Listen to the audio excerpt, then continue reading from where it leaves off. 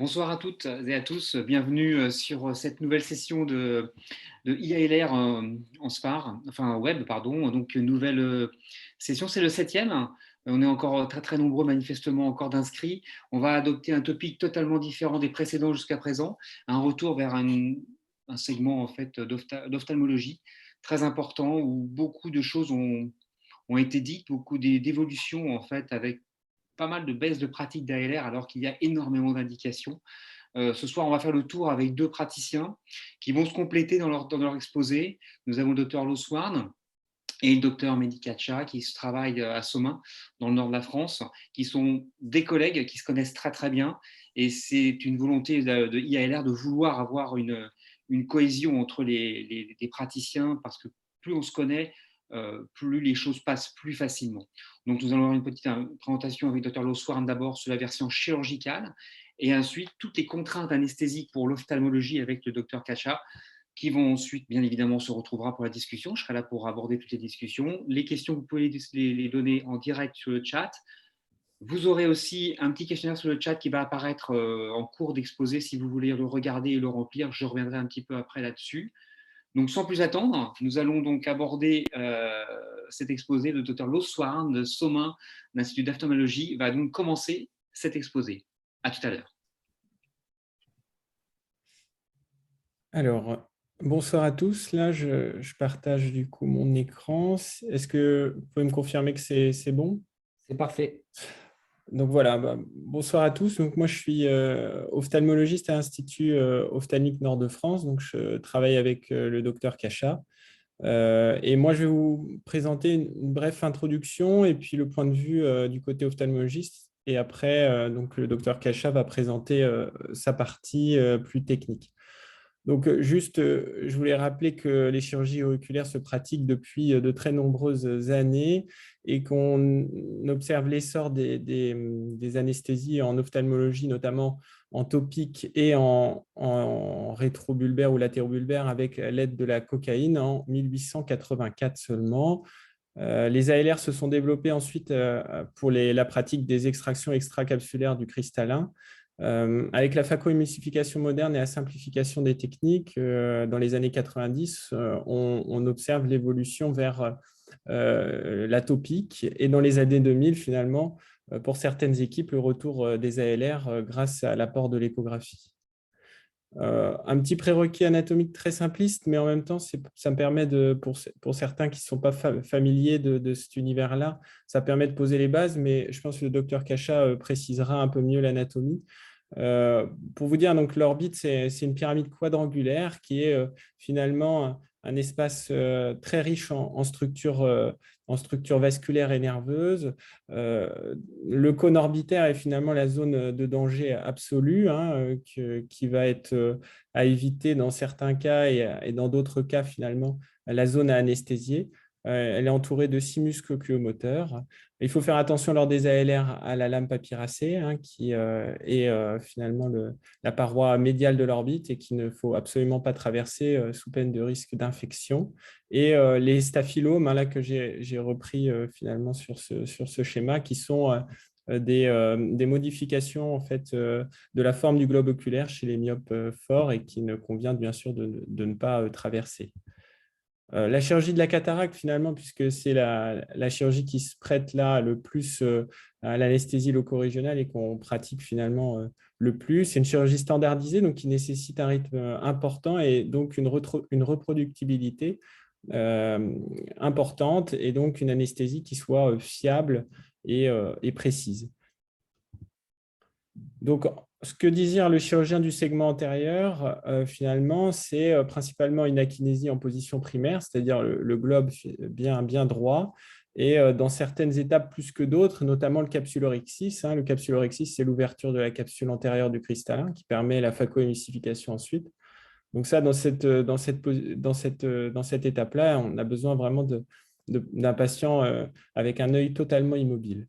Donc là, ce que vous voyez sur l'image, là, c'est ce qu'on appelle un chémosis. Hein, donc c'est ce qu'on veut éviter dans les chirurgies de cataracte ou dans d'autres types de chirurgies du segment antérieur. parce que en fait, finalement, ça induit une zone qui recueille de l'eau et qui gêne la visibilité ensuite, qui gêne aussi le passage des instruments. Donc ça, c'est vraiment à éviter, sauf dans la chirurgie du ptérygion, hein. Donc le ptérygion, c'est une petite membrane en fait fibrovasculaire qui vient en fait pousser à la surface de la cornée. Et donc dans ces cas-là, pour faciliter son ablation, le chémosis peut être recherché. On cherche aussi, bien sûr, une antalgie complète avec une cornée claire, hein, puisque des fois, dans certains cas, la cornée peut souffrir et donc perdre sa transparence. Et donc ça peut limiter en fait la visibilité dans le cadre d'une chirurgie de cataracte. Ensuite, le chirurgien, on essaye d'éviter les poussées hypertensives, hein, puisque des fois, le globe peut finalement, il peut y avoir une poussée en fait du vitré et qui pousse la capsule postérieure, hein, qu'on évite de toucher vers notre incision et vers le haut. Ensuite, nous, on désire des suites simples, non douloureuses, avec une rapidité de récupération et bien sûr éviter les complications de la LR. J'avais fait un petit tableau comparatif de l'atopique et de la LR avec les principaux finalement avantages et inconvénients de chacune des techniques. Donc, j'ai mis en vert celles qui étaient plutôt positives et en rouge négatives.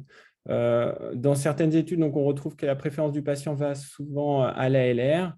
On peut opérer sous ALR des patients avec une coopération moins importante, donc c'est plus facile finalement d'opérer des gens moins coopérants. Les compétences du chirurgien, finalement, on recommande plutôt de faire des ALR quand même quand le chirurgien est en pratique finalement débutante.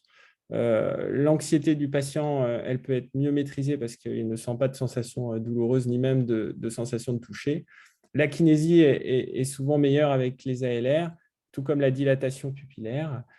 Je ne parlerai pas trop des complications et tout ça, puisque ce sera la partie du docteur Cachin, mais l'avantage aussi de la LR, c'est que ça permet de gérer les complications chirurgicales, notamment les ruptures capsulaires, de manière plus facile, puisque la chirurgie peut être plus longue sans finalement douleur. Pour le chirurgien du segment postérieur, et notamment donc les chirurgies, tout ce qui est vitréo-rétinien, la nécessité d'une akinésie encore plus longue est vraiment le critère majeur. L'effet volume donc, du chémosis qu'on pouvait finalement redouter dans les chirurgies du segment antérieur, c'est moins gênant dans les chirurgies du segment postérieur. Et notamment, ça peut même faciliter les indentations dans les chirurgies des décollements de rétine. Et voilà, dans les chirurgies des membranes épirétiniennes aussi, ce n'est pas gênant, sauf si c'est associé à une chirurgie de cataracte. Pour les chirurgies, par exemple, des paupières, les anesthésies locaux-régionales, c'est les anesthésies du 5-1, 5-2, hein, donc, et d'autres nerfs après pour les DCRS. Mais en gros, ça, docteur Cachin vous expliquera aussi, mais nous, ce qu'on recherche du côté chirurgien, en fait, c'est une antalgie complète en début d'intervention, notamment au moment de l'anesthésie locale complémentaire. Et bien sûr qu'on ait le minimum d'anesthésie locale complémentaire à rajouter. Ensuite, on aime bien aussi, grâce aux anesthésies locaux-régionales, c'est qu'on injecte moins de volume d'anesthésie locale dans la paupière. Et donc, il y a une mobilité de la paupière qui est préservée, notamment pour le réglage optimal du bord libre de la paupière dans le cadre d'une chirurgie de ptosis, de la tension de la paupière dans le cadre d'une cantoplastie, par exemple, pour une chirurgie d'ectropion, et la position des paupières et des cils, par exemple, dans les chirurgies d'entropion ou de trichiasis, par exemple. Donc, on fait des fois d'acryocystorhinostomie chez des patients très fragiles, puisque normalement, le gold standard, c'est de faire ces interventions sous anesthésie générale. Et donc, c'est des choses qui sont faisables chez les patients vraiment très fragiles qui ne peuvent pas être endormis. Et c'est faisable, hein, il vous montrera sans doute, M. Cachin, ensuite, mais on arrive à faire des bonnes anesthésies locaux-régionales. Il faut vraiment faire un complément de sédation au moment de l'ostéotomie, notamment, puisque c'est vraiment le moment douloureux de la chirurgie. Donc ça, je voulais préciser qu'il n'y avait pas un seul type d'ALR, mais là, ça reste, c'est plus trop ma partie. Et donc, je vais du coup laisser la parole à M. Cachin pour vous détailler tout ça.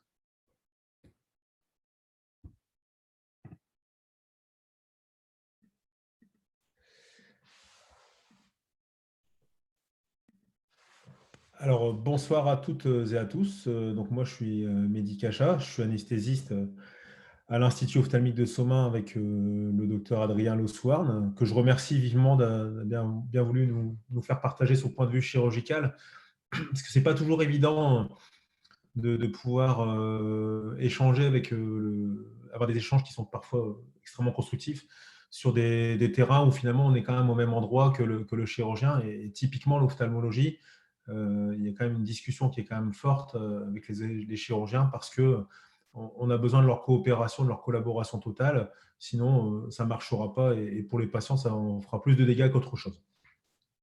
Donc, je remercie également IALR et toute l'organisation pour ce webinaire. Alors, on va pouvoir embrayer. Donc, moi, j'ai un conflit d'intérêt en lien avec la présentation. J'avais fait un webinaire avec General Electric il y a quelques mois. Donc, j'ai noté mes conflits. Alors, c'est où Somain? Somain, c'est une petite commune qui est près de Lille, à 50 km de Lille environ, qui est au cœur du bassin minier, dans le Nord-Pas-de-Calais. Donc, voilà, ça permet de préciser un peu les choses parce que les gens ne savent pas vraiment où ça se trouve. Donc, la LR en ophtalmologie, le point de vue de l'anesthésiste réanimateur et aussi des chirurgiens et globalement des anesthésistes qui ne pratiquent pas régulièrement l'ophtalmologie, on peut quand même se poser des questions sur ce qu'on fait et pourquoi, parce que l'ALR en ophtalmologie, c'est une anesthésie qui peut sembler difficile pour des gens qui n'ont pas l'habitude. On peut avoir également des risques de perforation oculaire qui sont décrits. Et on voit toujours des cas cliniques dans les papiers d'assurance concernant des perforations. L'anesthésie peut donner, face à une région qui est richement vascularisée, des hématomes, des hémorragies. Ça peut donner des chémosis. En chirurgie du segment antérieur, on peut avoir des poussées péropératoires, comme l'a dit le docteur Loswarn. On peut également avoir des complications nerveuses, de la toxicité. On a quand même beaucoup de patients diabétiques. En injectant dans un muscle, on peut malheureusement faire des diplopies. On voit toujours la rachianesthésie totale qui est décrite. Et une complication qui est quand même régulière, c'est l'hémorragie sous-conjonctivale, dès lors où on fait une anesthésie de l'œil. Donc ça avait été énoncé par M. Ripard. Donc la question qu'on pourrait se poser en ophtalmologie, c'est tout, on va tout faire sous anesthésie topique, d'un côté pour ce qui est possible sous topique ou topique sédation, et ensuite on fera de l'anesthésie générale dès lors on en aura besoin pour les autres types de chirurgie. Donc la question d'abandonner l'aiguille pourrait très bien se poser.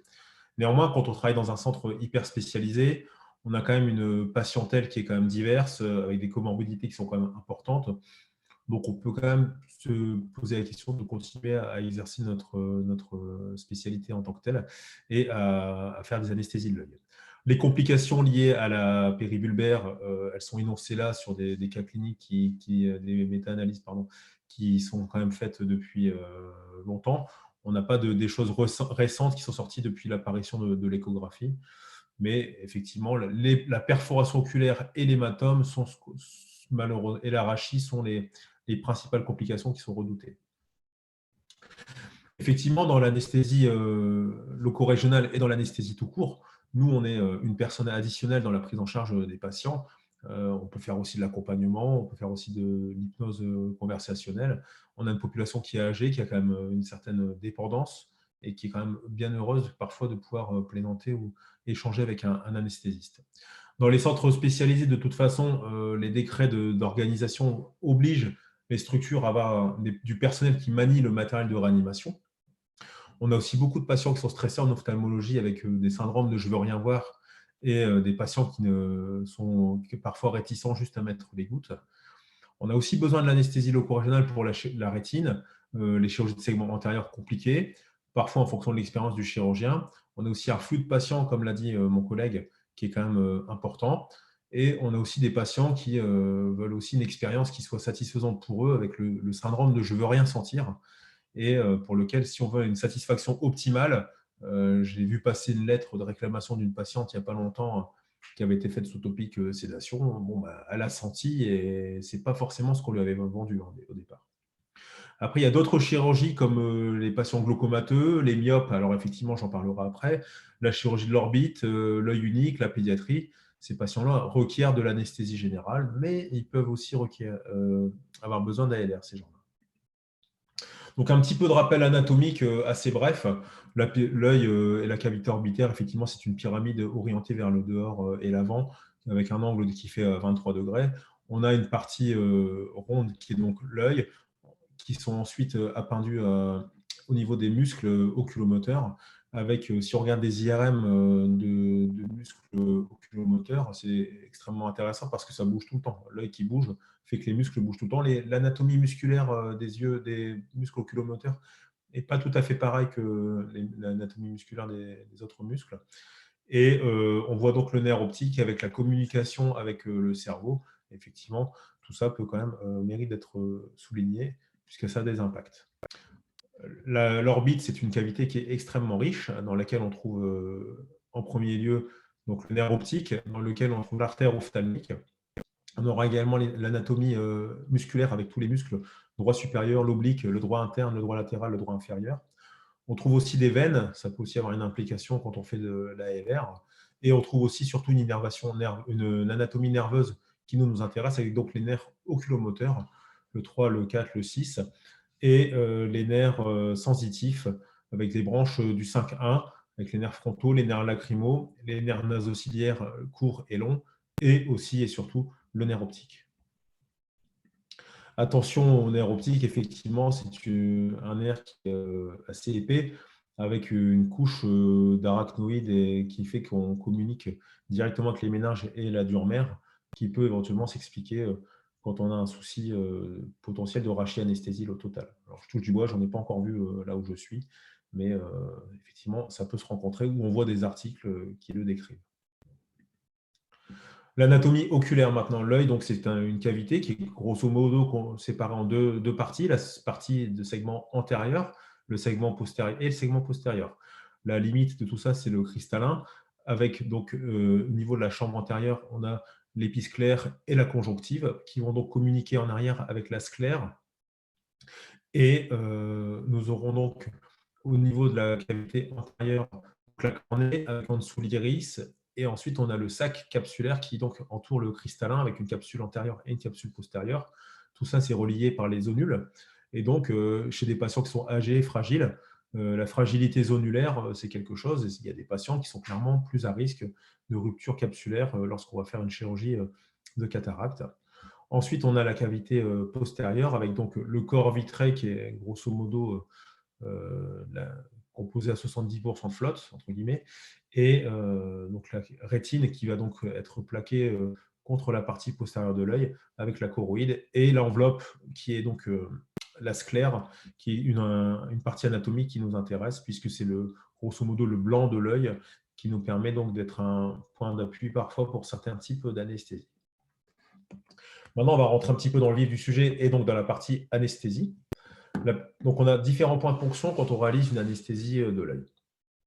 On a l'anesthésie péribulbaire, qui est une anesthésie extraconique, qui est censée être réalisée avec une direction d'aiguille qui est strictement non redirigée et donc de l'avant vers l'arrière, avec des points de ponction qui peuvent être à la caroncule, un point de ponction qui peut être inférolatéral, et c'est ce qu'on aura donc, et aussi un point de ponction supéromédial qui peut être utilisé pour l'anesthésie péribulbaire.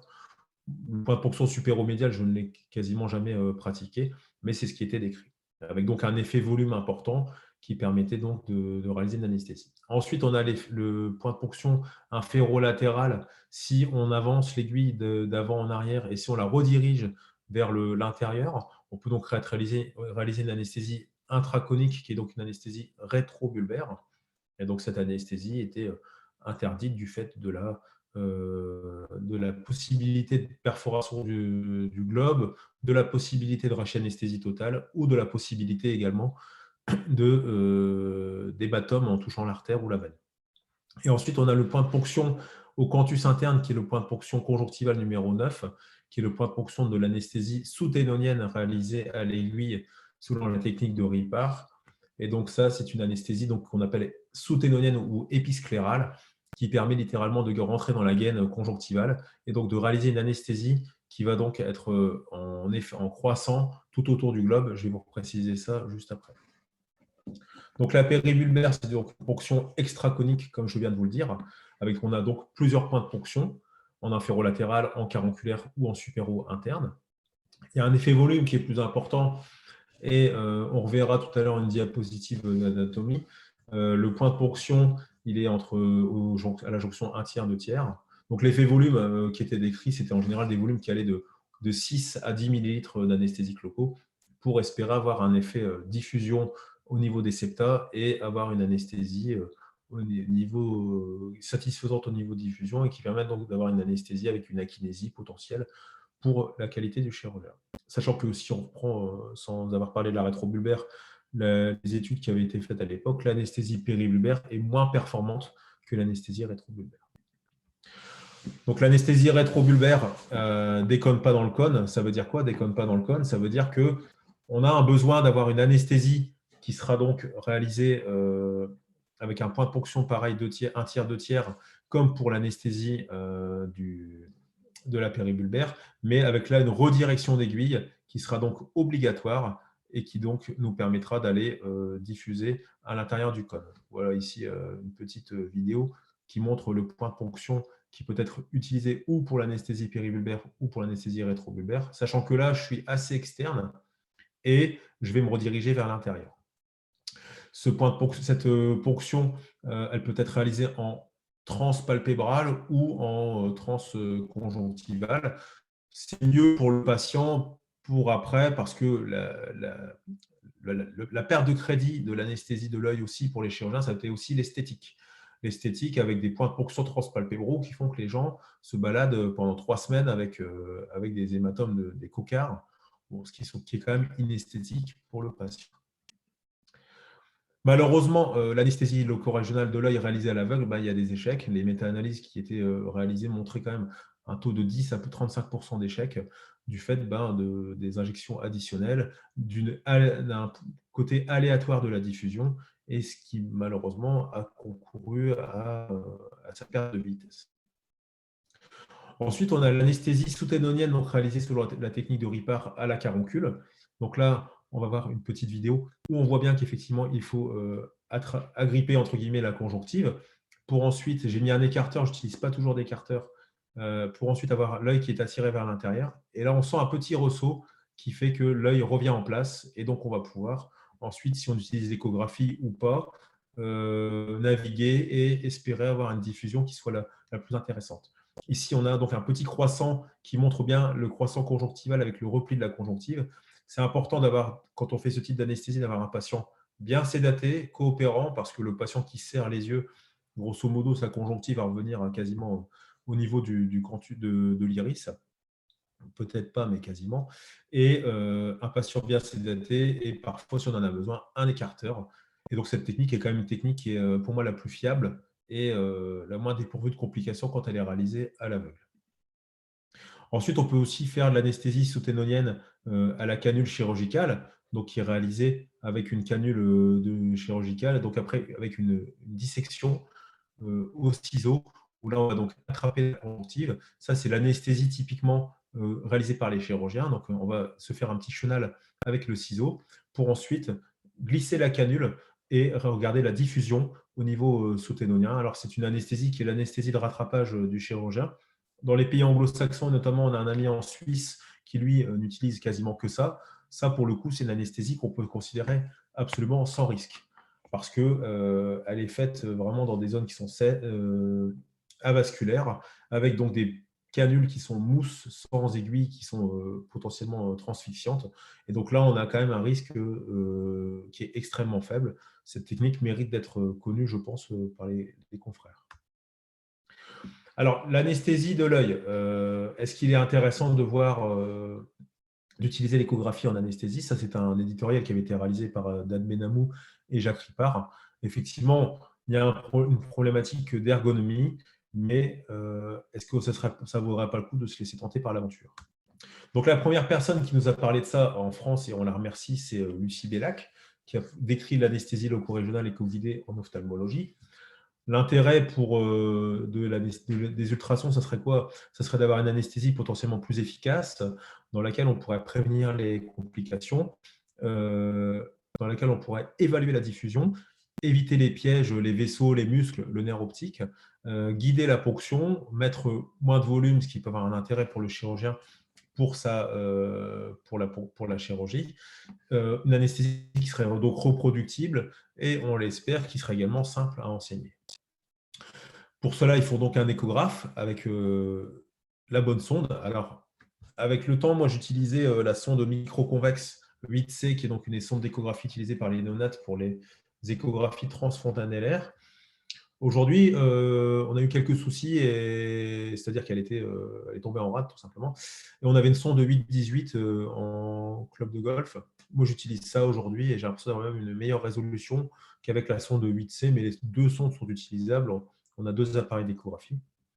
Attention, quand on fait de l'œil, il faut avoir les bons réglages avec un index thermique et un index mécanique qui doivent être réglés au minimum, inférieur à 0,20 pour pouvoir avoir le moins d'impact des ultrasons sur la rétine.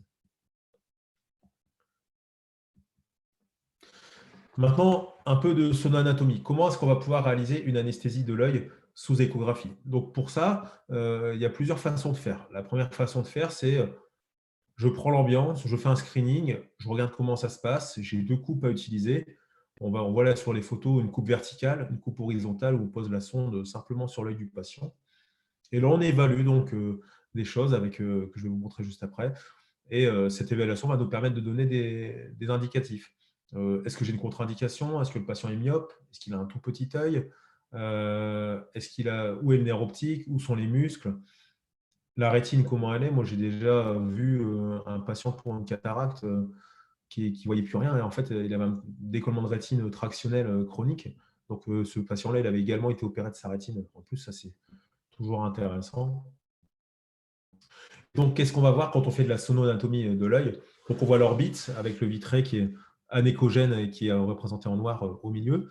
On a la macula qui est dans le fond du globe, qui est une partie hyper-échogène qui nous permettra, elle, de réaliser la prise de longueur axiale.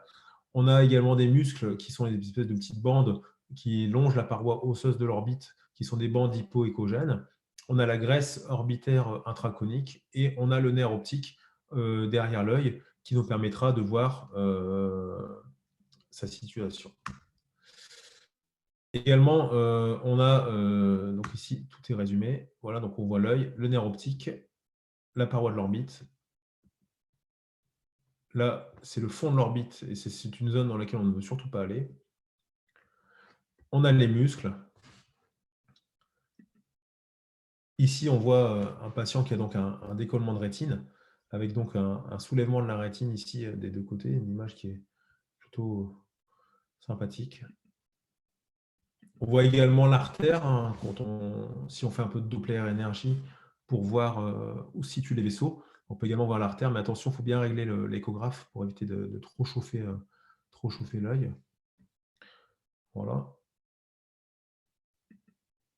On peut également mesurer la longueur axiale. Donc, pour mesurer la longueur axiale, il faut se centrer sur la macula, qui est donc la partie hyper-échogène blanche au niveau du pôle postérieur de l'œil. On va figer l'image tout simplement et on va donc évaluer en faisant des coupes antéro-postérieures dans les deux sens si vous le souhaitez, sachant que moi, techniquement aujourd'hui, en faisant de l'éco-guidage, je vois à peu près la longueur axiale du patient, mais néanmoins, elle est quand même retranscrite dans le compte-rendu d'ALR, c'est pour mon compte-rendu d'échographie.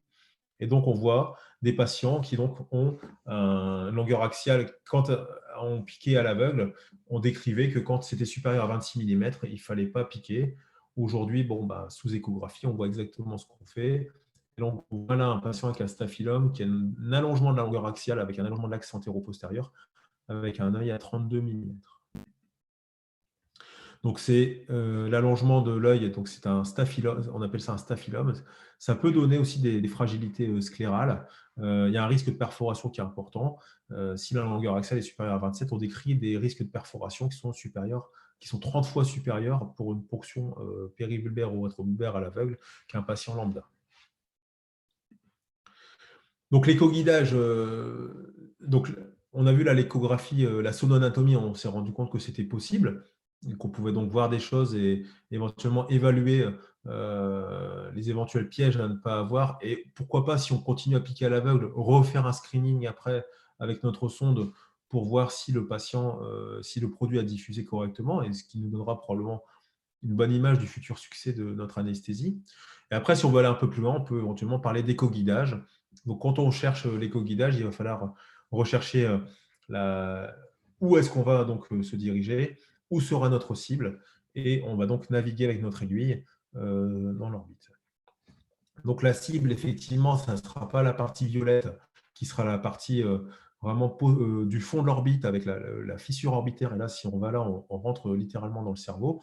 Donc là on voit donc les points de ponction là, qui sont au niveau de la sous-ténonienne, de la périmulbaire et de la rétrobulbaire. Donc les zones qui sont vertes, qui sont donc les zones préférentielles que nous allons cibler si on veut réaliser une anesthésie de l'œil afin de pouvoir travailler en sécurité et d'avoir une anesthésie qui va fonctionner.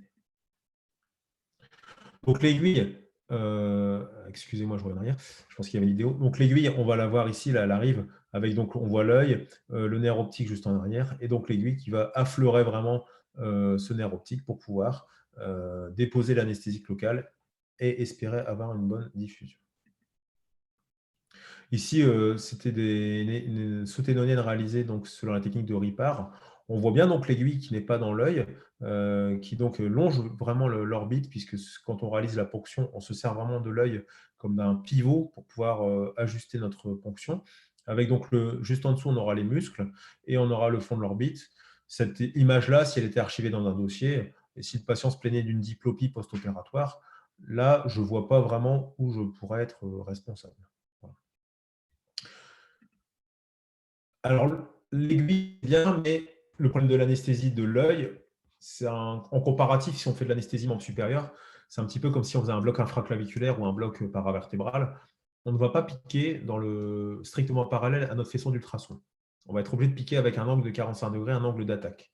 Cet angle d'attaque peut nous être un peu embêtant si on pique avec les aiguilles standards à rétrobulbaire, donc l'aiguille orange, parce que on verra moins bien l'aiguille. On verra le bout de l'aiguille si on a un peu l'habitude, mais ça sera plus difficile à voir. Donc, effectivement, je ne fais pas de promotion particulière, mais Payung avait sorti une aiguille qui s'appelle l'aiguille Sono Eye, qui est donc munie de petits déflecteurs qui permettent donc de voir l'aiguille quand on a une angulation de 45 degrés. Je vous ai mis également une image en haut à droite. Ça, c'est quand moi je réalise l'anesthésie de l'œil quand je n'avais pas de la Sono Eye, parce qu'on ne l'a pas depuis non plus très très longtemps. Le problème, c'est qu'il faut une troisième main. Il faut une main pour injecter, une main pour piquer et une main pour tenir la sonde. Donc moi, je mets la seringue dans le piston de ma main avec l'aiguille qui est en place et la sonde qui permet donc de repérer et de naviguer. Ensuite, quand on va faire de l'éco-guidage, qu'est-ce qu'on aura comme diffusion qui nous permettra de voir le succès de notre anesthésie? Donc, normalement, la bonne diffusion, ce sera un croissant convexe hypoécogène postérieur au globe oculaire qui sera centré sur le nerf optique et qui va donc diffuser de façon bilatérale. Donc ça, quand on a une belle anesthésie, une belle diffusion comme ça, logiquement, si on revient un quart d'heure après, le patient il aura un ptosis avec une anesthésie de la paupière et il aura une akinésie surtout de l'œil. Le ptosis de la paupière n'est pas fondamental, quoique sur une chirurgie longue, ça peut être intéressant. Néanmoins, la paupière est innervée par plusieurs types de muscles, par plusieurs types de nerfs, pardon. On aura les nerfs ophtalmiques d'un côté et on aura aussi une petite branche du facial. Donc, si on voudrait être puriste, il faudrait compléter en faisant une petite barrette au niveau de la tempe, mais c'est personne ne le fait. Donc la diffusion, effectivement, elle est comparable à des ailes de chauve-souris. On voit donc l'œil avec le nerf optique qui est juste en dessous et cette diffusion qu'on voit là tout autour de l'œil qui est donc centrée. On a d'autres images qui vont arriver. Donc ici, on va donc voir une image de diffusion complète avec donc une bande hypoécogène postérieure à l'œil. Ici, on voit également une image réalisée avec une ponction donc rétrobulbaire qui va donc donner une image de diffusion postérieure qui va donc être centrée sur le nerf. Ici, quand on fait une rétrobulbaire sans l'aiguille dont je vous ai parlé, alors ce n'est pas pour faire de la promotion, effectivement, on voit quand même que le produit donc, va diffuser, on voit les plages hypoécogènes là, qui se dessinent, et on voit donc l'aiguille qui, quand on fait des petits mouvements, qui va donc permettre de pouvoir voir exactement où elle est. Ici, quand on fait une anesthésie sous-ténonienne Donc là, c'était une sous-ténonienne réalisée avec l'image de fonction. On voit bien la diffusion ici avec une diffusion hypoégogène en croissant tout autour de l'œil. Cette diffusion, elle est satisfaisante. Ici, c'est une image où j'ai donc mis la sonde de façon strictement parallèle à mon aiguille. Quand on voit là l'aiguille et on voit la diffusion du petit croissant là, qui se situe ici dans le bord inférieur de l'orbite, vers 7-8 heures. Cette diffusion-là est intéressante parce que si jamais on arrive à avoir ce type d'image, globalement, ça marchera et on aura aussi un ptosis.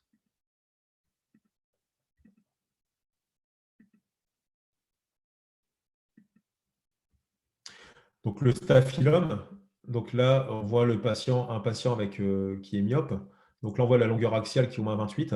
Donc la diffusion tout autour, avec une ponction que j'ai réalisée avec une anesthésie sous-ténonienne selon Ripard. Ici, on en a un autre de patient qui est également myope. On voit donc l'aiguille là juste à côté du nerf. Je n'ai même pas besoin là de rediriger l'aiguille. Je ne bouge pas. J'ai piqué. Et juste en injectant, on voit la diffusion complète là, du produit tout autour de l'aiguille. Voilà. Quand on fait une anesthésie sous-ténonienne à la canule, c'est rigolo parce qu'on voit également des diffusions. Et donc là, elles sont assez éloquentes, ces diffusions, parce qu'on voit vraiment le déplissement complet de l'espace sous-ténonien. Et c'est extrêmement intéressant parce que ça permet vraiment de voir au niveau anatomique, ce n'est pas vraiment la même chose. Et là, on est vraiment dans un espace qui va diffuser le long des gaines et donc qui sera potentiellement moins satisfaisant qu'une anesthésie rétrobulbaire où là, vraiment, on pique dans la graisse intraconique.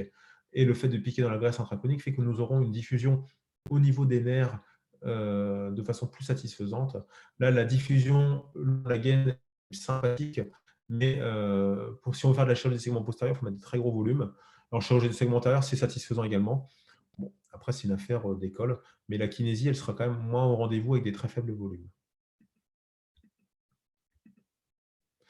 Donc, le service rendu, de temps en temps, on peut rendre service aux gens quand même, puisque là, on voit quand même qu'il y a un patient qui a été fait sous anesthésie topique dans un hôpital périphérique, avec un patient qui bouge, peu coopérant, une cataracte très difficile.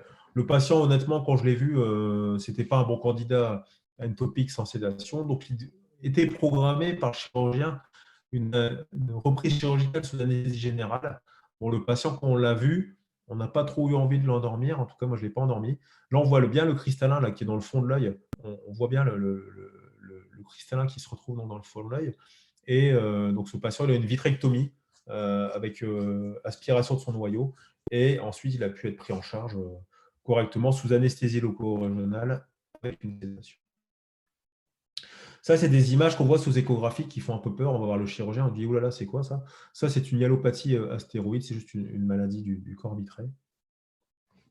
Donc, qu'est-ce qu'on aurait idéalement aujourd'hui? On aurait donc une anesthésie avec un œil qui est blanc, un faible volume. Là, j'ai injecté 3 cc, une diffusion qui semble satisfaisante. Et donc, on voit parfaitement l'aiguille. Cette anesthésie-là marche quasiment à tous les coups. Donc là-dessus, on voit également des images de patients avec donc un ptosis complet de la paupière, avec donc aussi une akinésie.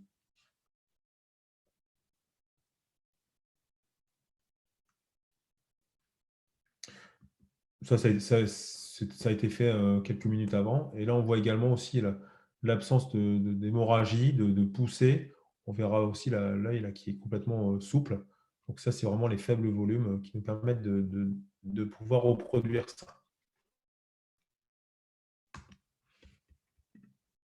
Alors, la diffusion imparfaite, c'est quoi la diffusion imparfaite? La diffusion imparfaite, ce serait une anesthésie qui serait réalisée dans le cône, mais dont la diffusion ne serait pas aussi belle au niveau de l'image que ce qu'on aurait pu espérer tout à l'heure avec une diffusion en croissant.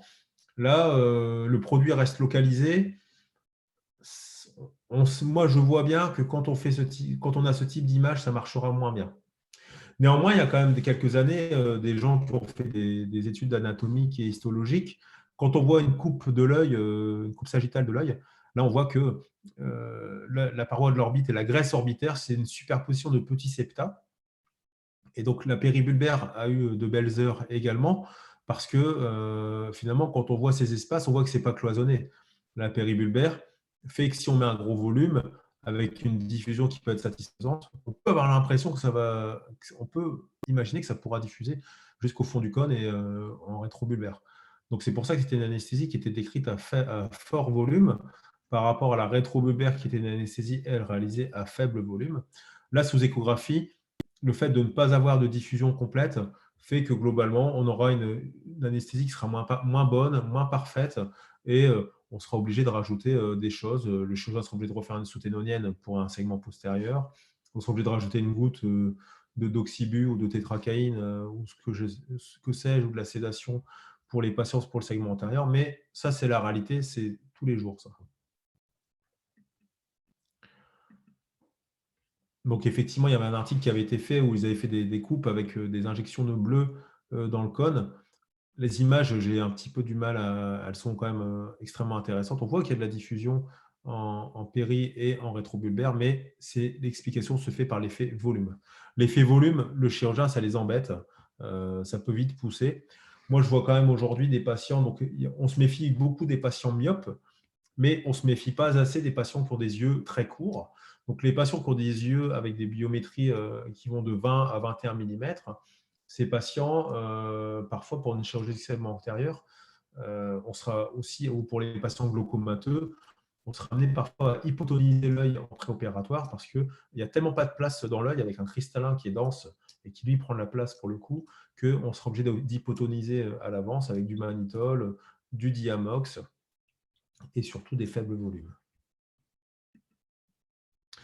Alors, l'éco-guidage permet-il une réduction des volumes? Alors là, c'est mon point de vue. Après, c'est très empirique. On n'a pas vraiment fait d'études là-dessus. C'est effectivement un tort, on devrait le faire.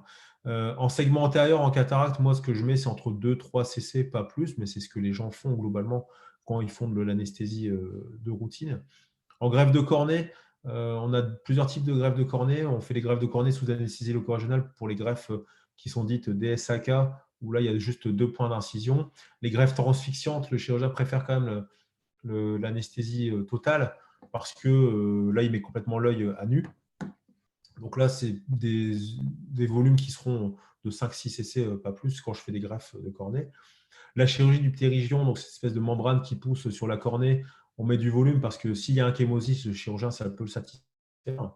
Pour le segment postérieur, entre la membrane, le décollement de rétine, on peut mettre du volume, on a besoin d'une akinésie. D'autant plus que le décollement de rétine, s'il y a un geste sur la sclère, une indentation, ça peut éventuellement être embêtant pour le chirurgien. Si jamais l'anesthésie n'est pas suffisante. La chirurgie combinée, parfois ils font une cataracte pour pouvoir s'exposer et ensuite ils passent à la membrane parce que le noyau est dense, donc ils n'arrivent pas à pouvoir aller derrière sans pouvoir avoir une bonne lumière. Donc là, on va donc mettre des faibles volumes, mais il faut avoir l'avantage de la kinésie et l'avantage aussi de ne pas avoir de poussée péropératoire. Donc là, l'échographie a vraiment pour le coup un intérêt. La chirurgie du glaucome, on l'a fait aussi sous ALR chez des patients coopérants pour lesquels ça se passe bien. Donc là, l'ALR, on l'a fait à l'avance. Les yeux sont quand même inflammatoires. Il faut préparer l'œil, il faut l'hypotoniser souvent avant. La question sur les produits qu'on utilise, globalement, elle revient toujours. On met pour le segment antérieur, globalement, des anesthésiques locaux de courte durée d'action, donc de la xylocaïne, de la mépivacaïne. Nous, on utilise plutôt la mépi. La MEPI 2, pas besoin avec des volumes qui sont donc superposés là, ce que je vous ai dit pour le segment antérieur. Et pour le segment postérieur, on utilise des anesthésiques locaux de longue durée d'action qui sont quand même extrêmement intéressants pour des chirurgies qui peuvent durer parfois un peu plus longtemps. Alors, attention à la nomenclature. On a quand même du mal à vraiment poser bien les choses en faisant de l'échographie et de l'anesthésie de l'œil sous écho, puisque on s'est dit, si on a une diffusion en croissant hypoéchogène autour de l'œil, ça marchera, c'est super, on a fait une rétrobulbaire, mais pourtant j'ai piqué en sous-ténonien, donc je ne sais plus ce que j'ai fait.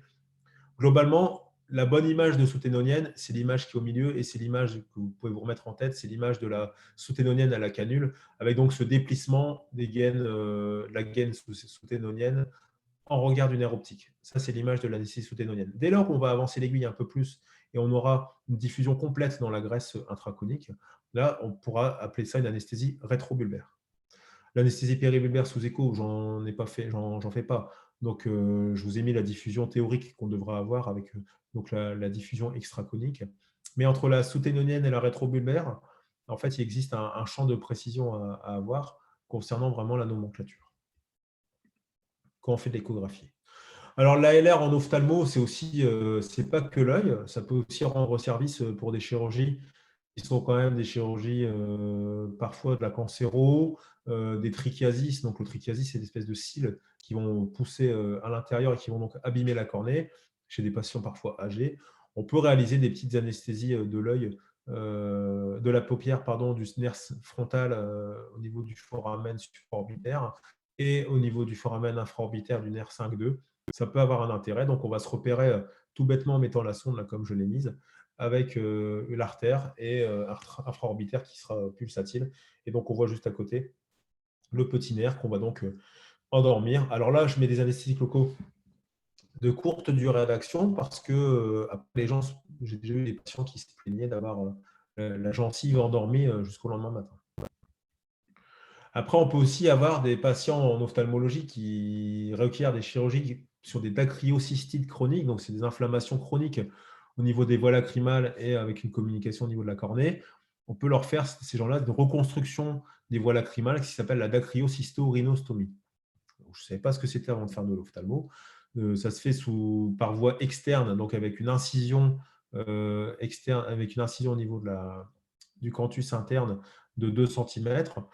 Et ça peut se faire également par voie endoscopique par mon confrère le docteur Loswarn. Ils en font beaucoup souvent par voie endoscopique. Et donc pour cette anesthésie, pour pouvoir faire cette anesthésie, cette dacryocysto-rhinostomie, on peut faire des anesthésies loco-régionales à visée analgésique et des visées à visée anesthésique. Alors moi, c'est plutôt analgésique parce que moi, je fais souvent un bloc supratrochléaire. Et ça peut être aussi par voie anesthésique pour des patients qui sont très fragiles, qui ont plus de 90 ans parfois, qui ont des dacryocystites chroniques. Donc là, on va faire une anesthésie du nerf supratrochléaire. On va endormir le nerf nasal en faisant une petite barrette le long de la pyramide nasale. On va également faire une petite barrette sous-cutanée pour les nerfs supra-infraorbitaires et le nerf ethmoïdal antérieur. Et aussi, on va aussi mécher le nez avec de la xylocaïne nafazolinée. Ça, avec une sédation, ça avait été décrit par cette équipe-là. Il y avait un ancien aussi qui avait fait sa thèse là-dessus. Ça marche très bien et ça peut rendre service. Donc, au final, est-ce qu'on a une place pour les ultrasons? Moi, je pense que oui, en ophtalmologie, et je ne suis pas le seul. L'aiguille est visible parce qu'on peut aussi, on voit l'aiguille, on voit le produit, on peut guider, on peut naviguer. Donc, c'est intéressant. On a besoin de faire des études, il va falloir en faire plus. La satisfaction du chirurgien, là, on a la chance d'en avoir un en live, mais c'est aussi quelque chose qui serait, à mon avis, intéressant à évaluer. L'éco-guidage sur toute la procédure, effectivement, on ne voit pas l'entrée, on ne voit pas le point de ponction de l'aiguille. On pique et après, excusez-moi, on pique et après, on voit donc l'aiguille et les ultrasons. Donc ça, c'est quelque chose qui est quand même pour lequel on pourrait éventuellement réfléchir. C'est possible avec la sonde micro-convexe, avec la sonde en club de golf. Et après l'apprentissage, effectivement, tout s'apprend. Ça ne me semble pas impossible ni inaccessible.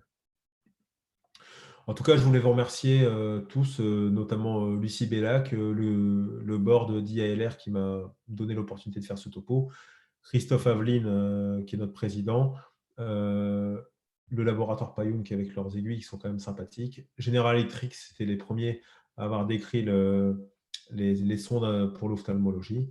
Et je vous laisse mon adresse mail si jamais vous avez des questions, des échanges. Avec grand plaisir. Je me connecte souvent en FaceTime et puis les gens, on leur montre des anesthésies. Voilà, je vous remercie.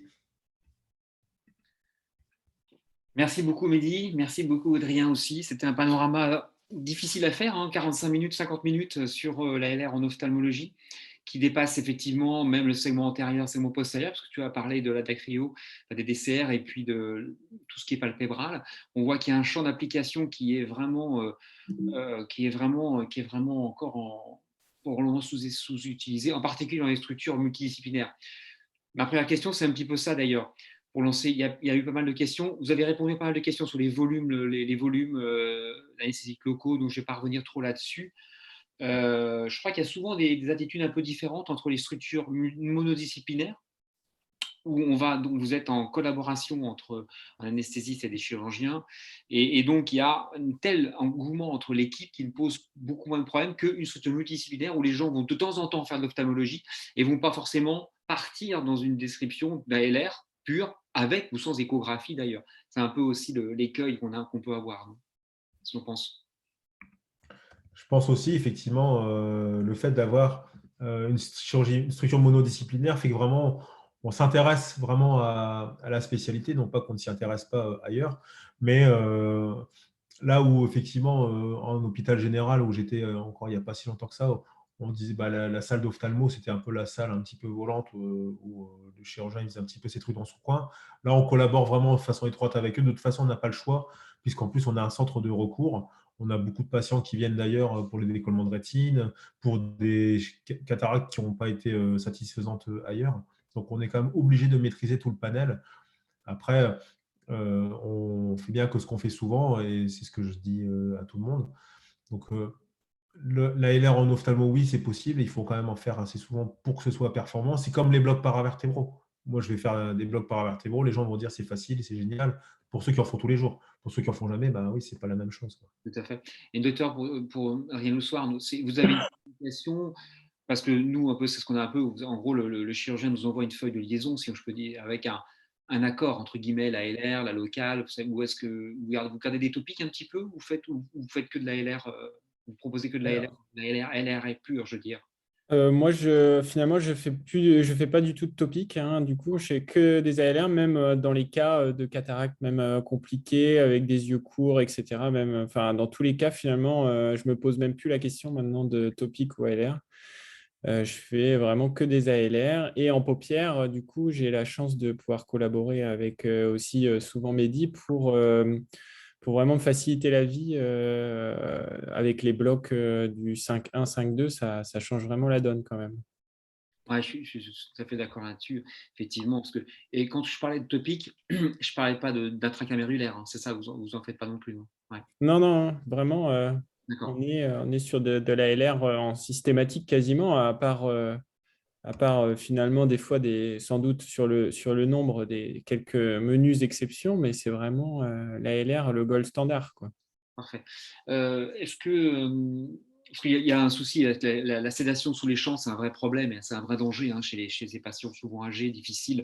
Puis dès qu'on touche l'œil, comme tu l'as dit, c'est un petit peu quelquefois un peu particulier. Et ça, c'est un élément fondamental. Je vais revenir sur le terme que tu as utilisé d'anesthésie rétro-bulbaire. Parce qu'au départ, tu as plutôt, Mehdi, tu as parlé de c'est tout ce qu'il faut pour aller, c'est dans le cône. Et tu as quand même évoqué plusieurs fois la rétro-bulbaire. Alors, Comment tu gères ça? Alors effectivement, quand moi j'ai découvert l'anesthésie de l'œil sous écho, je me mouille plus entre péri et rétro. On parlait de péribulbaire, mais en réalité, ce qu'on fait, c'est une rétrobulbaire, puisqu'on se redirige volontairement dans le cône pour aller injecter. Donc il y a des gens qui ont décrit aussi l'anesthésie sous-ténonienne par voie postérieure, où là on va aller titiller le bord postérieur de l'œil pour injecter. Mais là, pour moi, il y a un risque quand même de toucher l'œil. Là, on va dans le cône, on injecte, mais on a quand même une sécurité. Donc, effectivement, quand je dis qu'il faudrait décrire encore, il y a tout un champ de controverse sur est-ce qu'il faut aller dans le cône et si on y va sous échographie, est-ce qu'on est complètement sécure? Voilà. D'accord. Parce que moi, ma pratique, enfin, c'est sûr, c'est l'épiscléral, le cortus médial. Enfin, c'est un truc qui a changé complètement la donne par rapport que je ne fais plus de péribulbaire, hein, ça c'est clair. Non, moi, je ne pique plus jamais La péribulbaire, et de par la disparition de la hyaluronidase aussi, qui a été un élément important parce que ça permettait quelquefois d'abaisser la viscosité et donc d'avoir un effet sur ces tacts décrits un petit peu là. Et donc pour diffuser plus rapidement, il permettait de gagner. Mais il y a beaucoup trop d'échecs avec la péribulbaire, on est bien d'accord. Et un segment postérieur, j'aurais bien, on entend tous les deux dire, c'est vraiment une épisclérale au cortus médial avec un volume plus important, comme tu l'as dit, il faut dépasser les 2-3 millilitres. Il faut pas, moi, je mets entre 5 et 6 millilitres, ça dépend comment je le sens. On voit souvent l'œil d'ailleurs qui monte, qui revient vers soi en fait, au moment où on injecte. on a l'injection en fait qui part, comme tu l'as dit, en croissant, et en fin d'injection, l'œil vient vers celui qui pique en fait, et on est certain que là, c'est bon, quoi, c'est positionné. Et puis, vous êtes d'accord aussi, une question qui a été évoquée, une épice sclérale, si vous êtes bien positionné, par définition dans la sous-ténonienne, il n'y a pas besoin de comprimer après. Tout à fait. Ça, Mais moi, je ne mets plus de compression. Depuis l'échographie, je ne mets plus du tout de ouais. compression. Ça ne sert à rien par définition, vous êtes dans la capsule, il n'y a pas de raison de comprimer, et on peut même être délétère sous ces compressions avec des yeux un peu mal Oui. fermés. Et parfois aussi des yeux qui sont mal fermés, et ça, il faut faire attention. J'ai vu passer un article dans une expertise il n'y a pas longtemps, des patients avec des yeux mal fermés. L'anesthésiste ne précise pas dans son compte-rendu que l'œil est fermé avec du scotch, du gel larme ou des choses comme ça. Le patient, il y a un ulcère de cornée derrière. Le chirurgien, c'est un patient adressé. Le patient repart dans la nature. Il n'est pas suivi particulièrement pour son ulcère de cornée. Il fait une décompensation endothéliale. Il a une greffe de cornée. Et là, le chirurgien se retourne sur l'anesthésie qui a fait la LR. En réalité, les torts sont partagés, mais il faut quand même être très prudent sur les compressions et la fermeture de l'œil une fois qu'on a fait une injection à côté de l'œil. Voilà. Il y avait une question sur les chémosis, une question pour le docteur Le Soir. Quand on a un chémosis, pour définir anatomiquement, c'est qu'on n'a pas injecté en épice sclérale, c'est qu'on a injecté en fait sous la conjonctive. On est d'accord? Ouais, souvent il y a une petite diffusion en fait qui se fait sous la conjonctive, effectivement, mais c'est vrai que on n'est pas non plus forcément. Enfin, là, nous, on est très peu souvent gêné par ce phénomène, hein, du coup, avec finalement la standardisation de la procédure. Mais oui, oui, c'est ça en fait.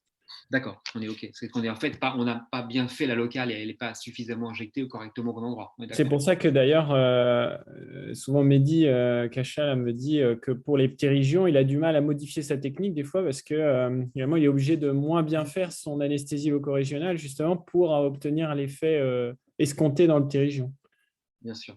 Une question, il y a deux questions. Après, je pense qu'on terminera parce qu'on aura une question. Il y a la première, c'est anticoagulant oral et ALR. Comment vous envisagez ça, même si je sais qu'il y a même s'il n'y a pas de vraie recommandation franche, il y a des pratiques qui ont été faites. Dans votre pratique, comment vous envisagez ça pour un segment antérieur et pour un segment postérieur, par exemple?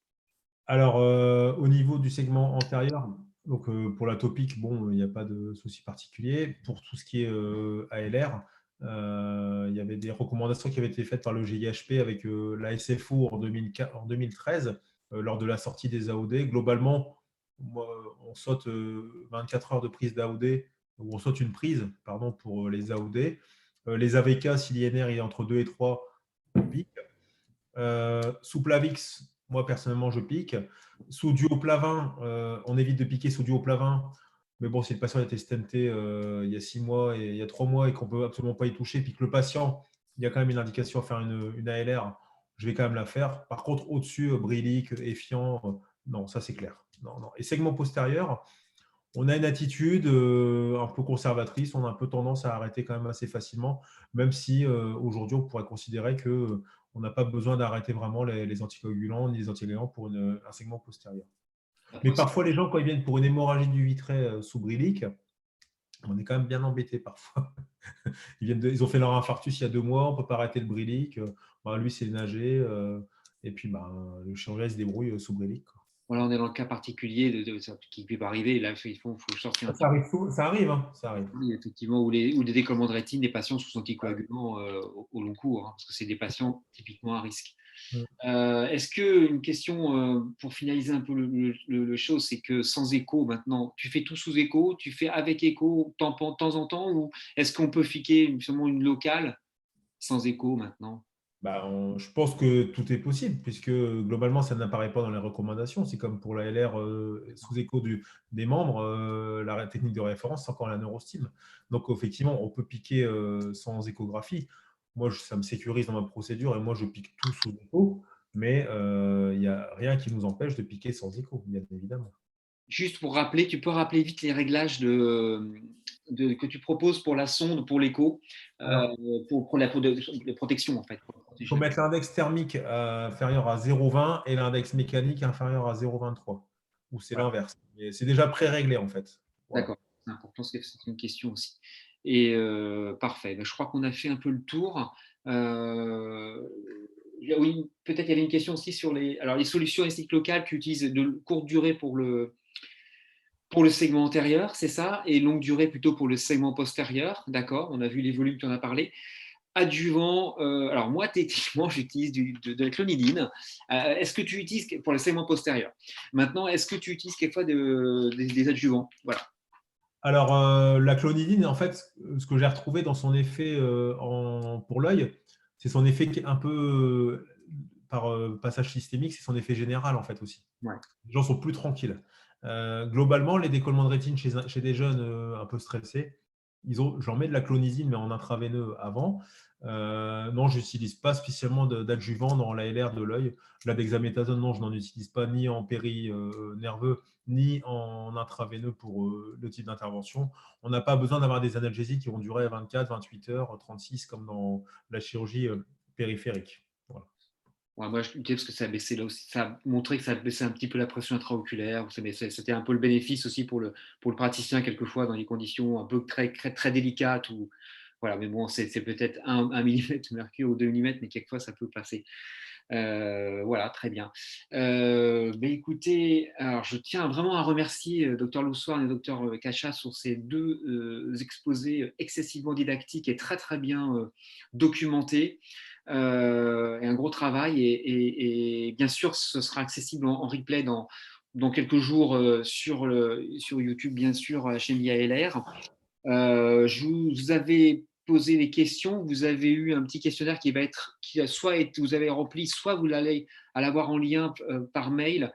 Ce questionnaire, ce serait bien de le remplir un maximum si vous pouvez, en fait, pour pouvoir nous finaliser les choses, parce qu'on veut aussi progresser à retrouver de l'ALR en ophtalmologie, retrouver des candidats et retrouver un travail prospectif et scientifique, et à la lumière de ce qu'on vient de voir et de ces 2 orateurs, et donc peut-être aussi de développer, on va dire, pas une société, mais en tout cas un comité sur l'ALR en ophtalmologie, et avec bien sûr l'appareil le trait de l'échographie.